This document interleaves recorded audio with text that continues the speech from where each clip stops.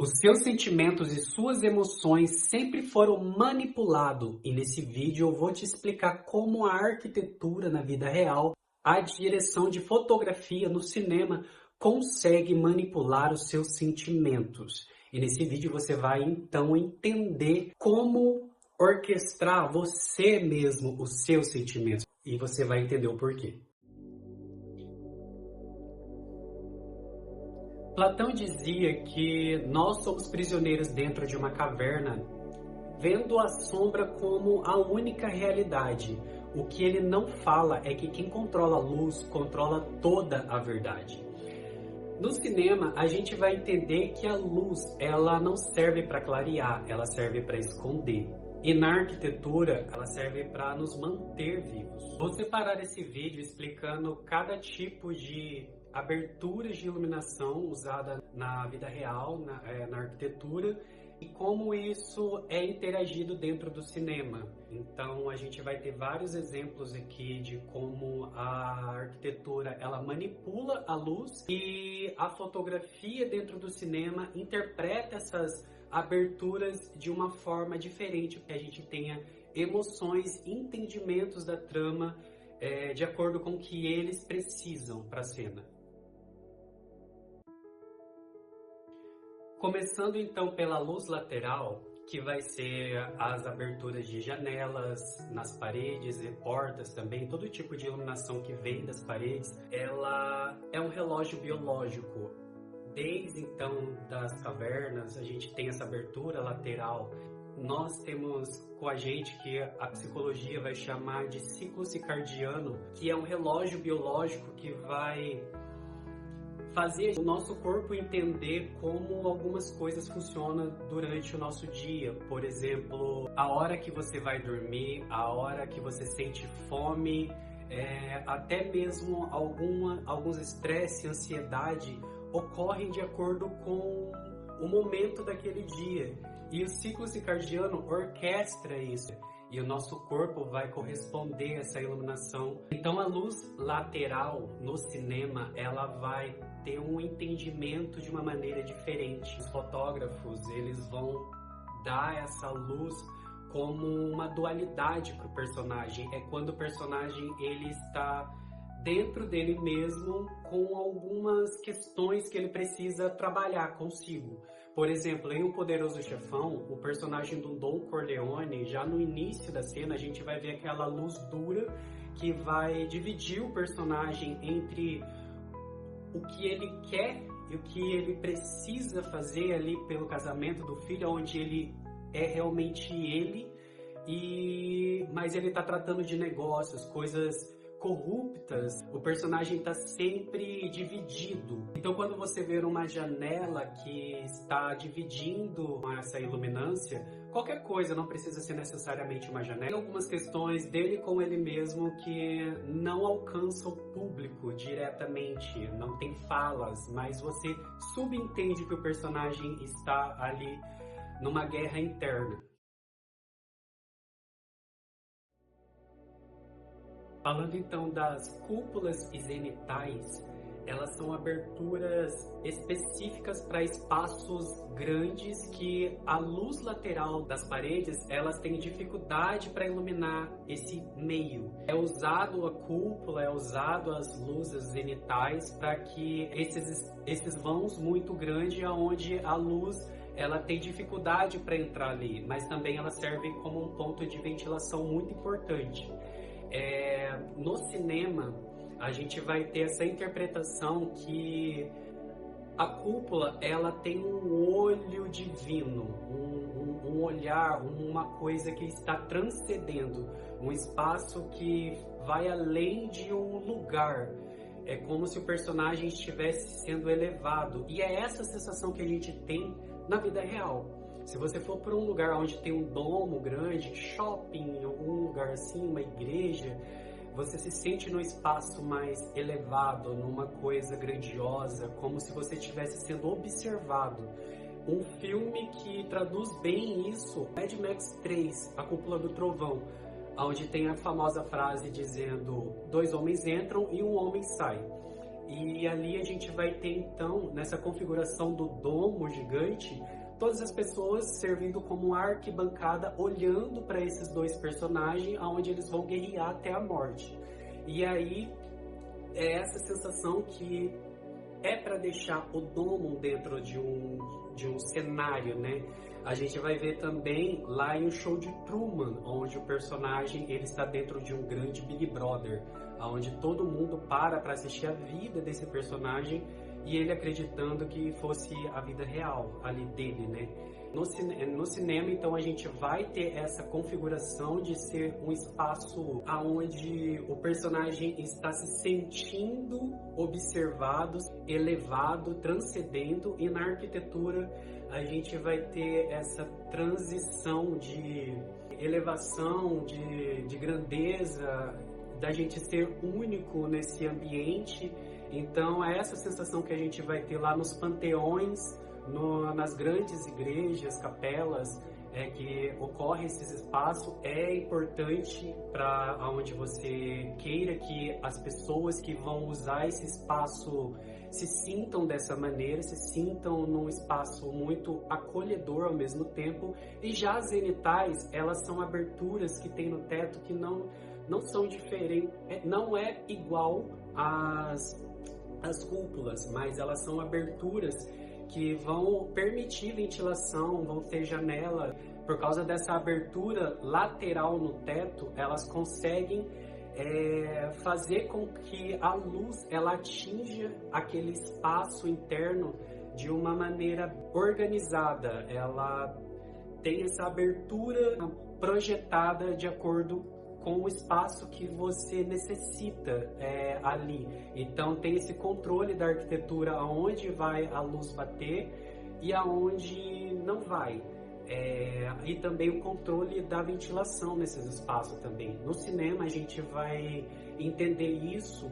Não tem clareza, filme suficiente para mostrar isso, mas com certeza você vai ver alguma luz que vem na lateral, assim de cima, que provavelmente você vai ter um entendimento como se você estivesse sendo julgado.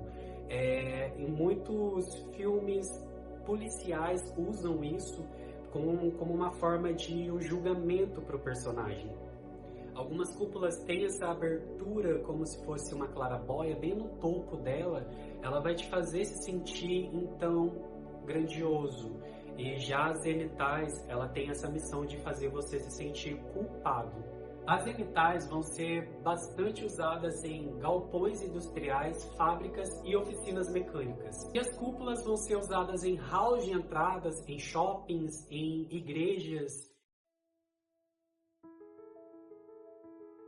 Temos também os tipos de iluminação, sheds e lanternins. Os sheds, eles são muito parecidos ali com as zenitais, só que a diferença é que eles não é colocado de qualquer lugar, eles têm um certo lado para poder ter um controle maior do tipo de iluminação que vai para dentro dele.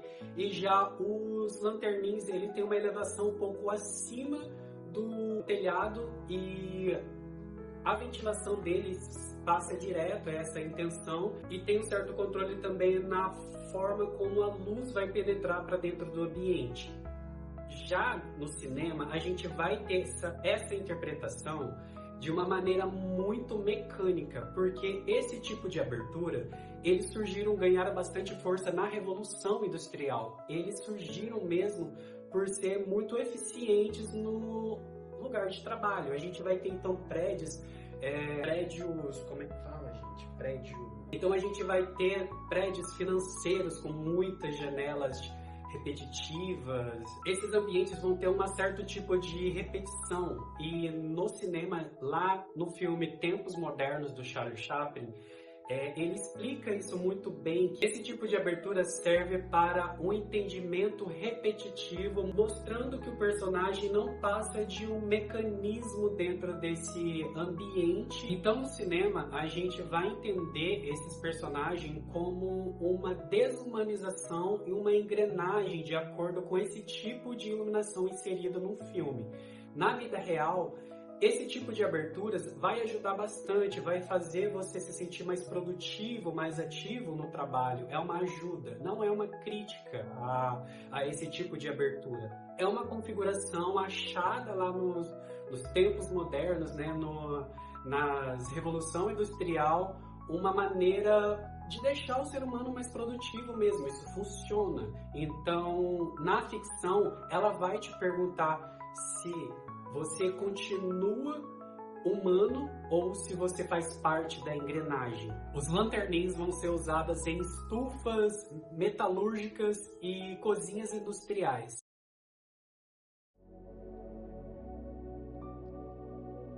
Daí também vamos ter as clarabóias e tubos solares. As clarabóias, a gente vai ver comumente em espaços como grandes átrios. Esses átrios a gente vai encontrar bastante em shoppings, por exemplo.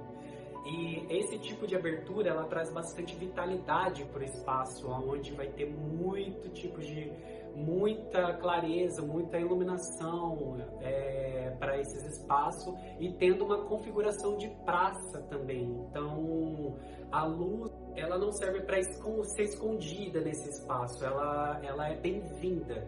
Ela tem essa configuração para facilidade de bastante iluminação mesmo, para ter essa configuração de praça, mas que tenha um teto em cima.